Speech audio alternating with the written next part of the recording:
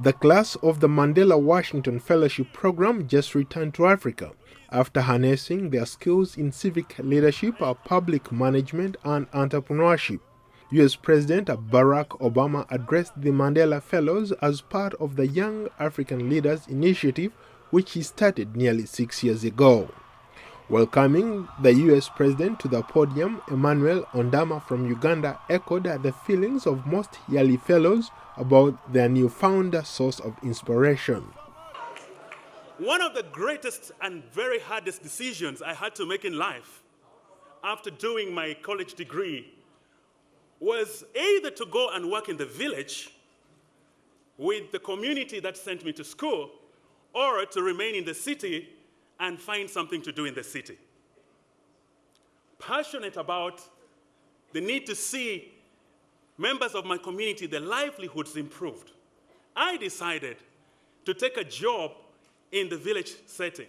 I decided to go and be with them so that I could be able to share my knowledge and my skills with the farming community in my home district. Obama launched the Young African Leaders Initiative to support the emerging generation of young African entrepreneurs, activists, and public officials. The president told the excited crowd that despite the enormous challenges facing sub-Saharan Africa, he sees a continent on the move. You have one of the world's fastest growing regions, home to a middle class that is projected to grow to over 1 billion consumers. You are more connected by technology and smartphones than ever before, as I can see here today. Africa is sending more of its children to school. You're saving more lives from HIV/AIDS and infant mortality.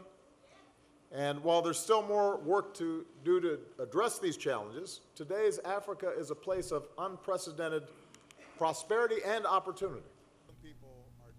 President Obama implored the youthful fellows to become agents of positive change in Africa by rebuilding their countries and creating an environment in which young people can succeed.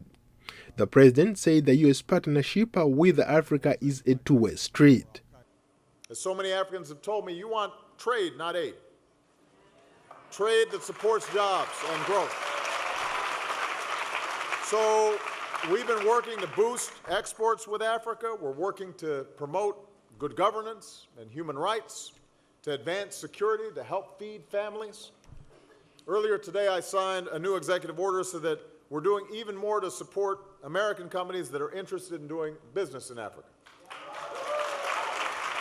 Often referred to as Africa's best and brightest, Paul Mondo Shalala from Zambia says he's ready to take his position as a leader and a media personality to turn the African continent around with positive change. I hope we can train reporters to be specialized in a certain area so that every day when they wake up, they know that today I need to come up with a news idea in business.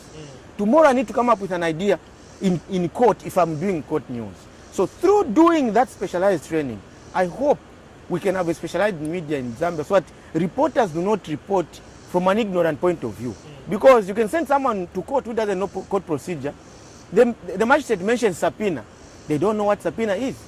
So this is one project that I'm looking at and hoping if I can find one or two funders with and also partner with some professors that I already spoke to at Syracuse University who are ready to come to Zambia to help.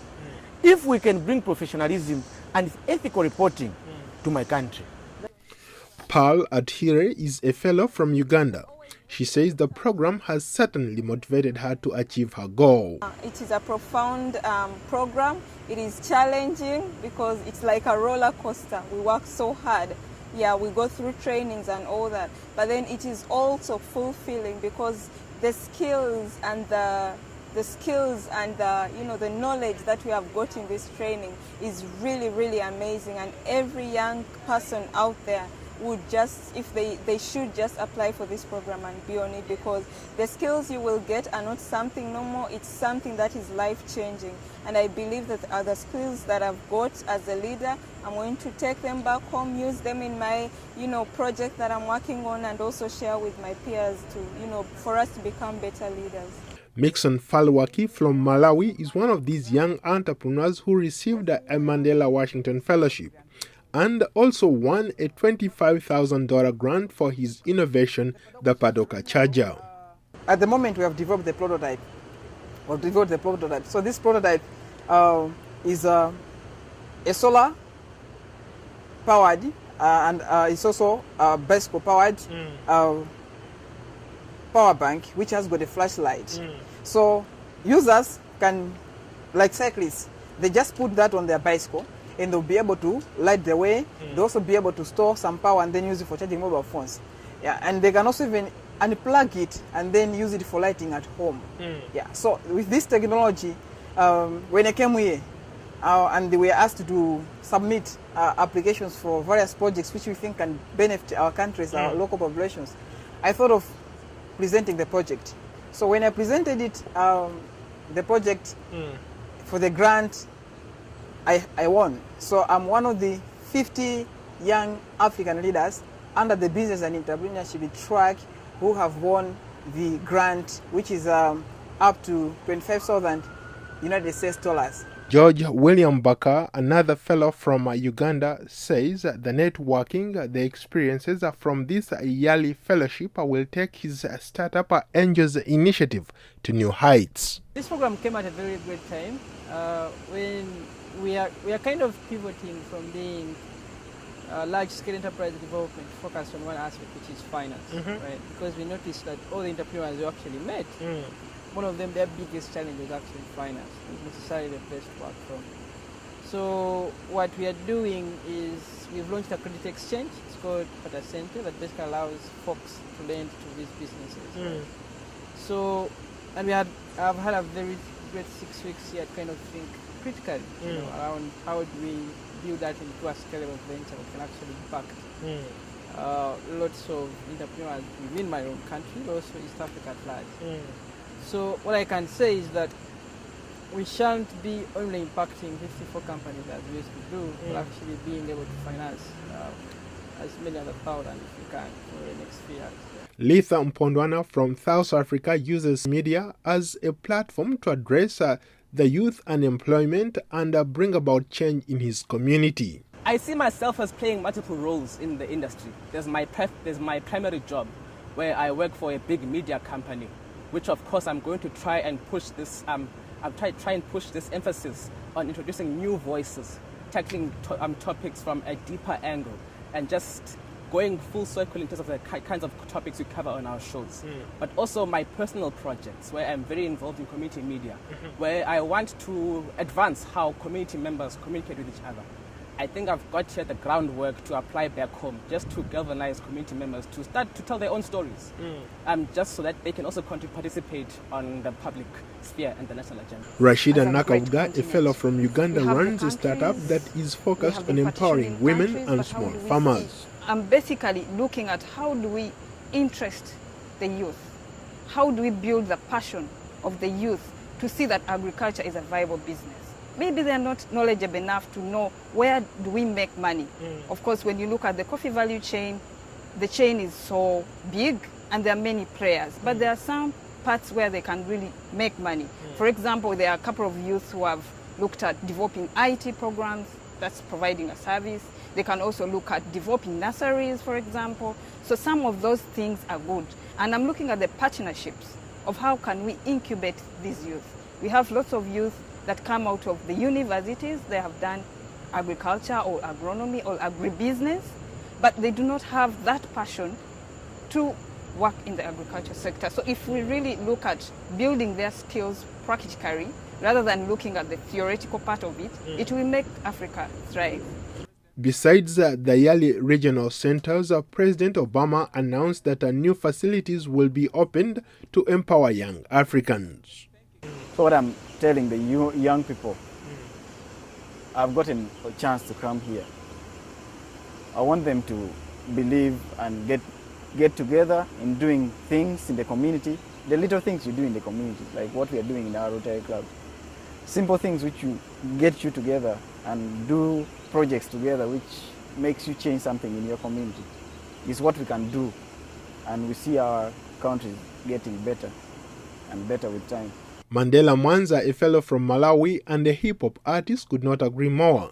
He uses his rap skills to advocate for change and wants the youth of Africa to stop thinking about being employed and finding innovative ways of self-employment. I'm just another system victim, born in the system. My father was fixed and now he's dead, and the system don't miss him. My lyrics are gray-haired, it must be wisdom. It must be pistons in my mental engines that kickstart whenever you mention system. It's the password to my lyrical system. They got a system to fight, my system assists them. That's just a little dedication, I think, to all the victims of police brutality we've been witnessing over the past couple of years, just because of their color. I think I related to it more when I actually came to the States, and then I'd be outside the shop, maybe smoking a cigarette, and then I start thinking, what happens if a policeman comes through and asks me to produce my ID and I have to reach for my pocket? You know, is that not a life-threatening situation?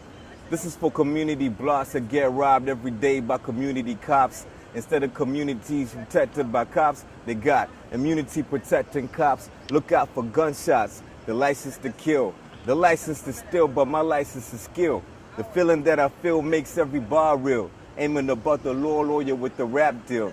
Resisting the system systematically, emphatically, to a song rhythmatically. Cops automatics, cop back automatically.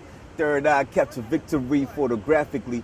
This is for those that died fighting the system. Those that still fight the system, miss them.